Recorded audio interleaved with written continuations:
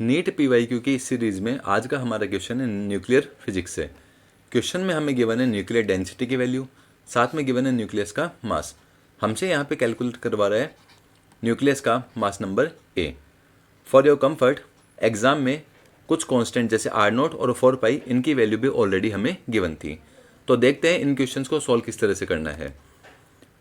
आप लोग सब जानते हैं जो डेंसिटी है उसका फॉर्मूला दिया जाता है rho equal to mass upon में वॉल्यूम, और जो न्यूक्लियस है वो स्पेरिकल शेप का होता है। ये बात हमें कौन बताता है? Liquid drop model.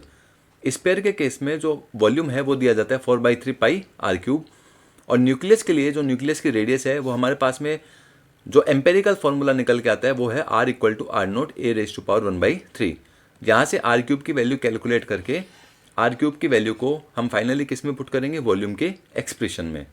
उसके बाद वॉल्यूम के एक्सप्रेशन में पुट करने के बाद में हमारे पास में डेंसिटी का जो फाइनल फॉर्मूला निकल के आएगा वो आपके सामने कुछ इस तरह से रहने वाला है। अब इनमें वेरिएबल्स का जब ट्रांसफर किया जाएगा तो जो मास नंबर के लिए फाइनल फॉर्मूला निकल के आएगा वो हमारे पास में होगा 3m/4πr03 इंटू रो। और यहाँ पे क्वेश्चन में हमें वैल्यू गिवन है, m की वैल्यू गिवन है, साथ में वैल्यू गिवन है 4 पाई की, इसके अलावा r0 की वैल्यू भी गिवन है और रो की वैल्यू भी गिवन है। इन सब की न्यूमेरिकल वैल्यू को पुट करने के बाद में हम a का अप्रोक्सीमेटेड आंसर यहाँ पर कैलकुलेट कर लेंगे। तो आप सब लोग कैलकुलेट करके बताइए कि ए का फाइनल आंसर कितना निकल करके आएगा।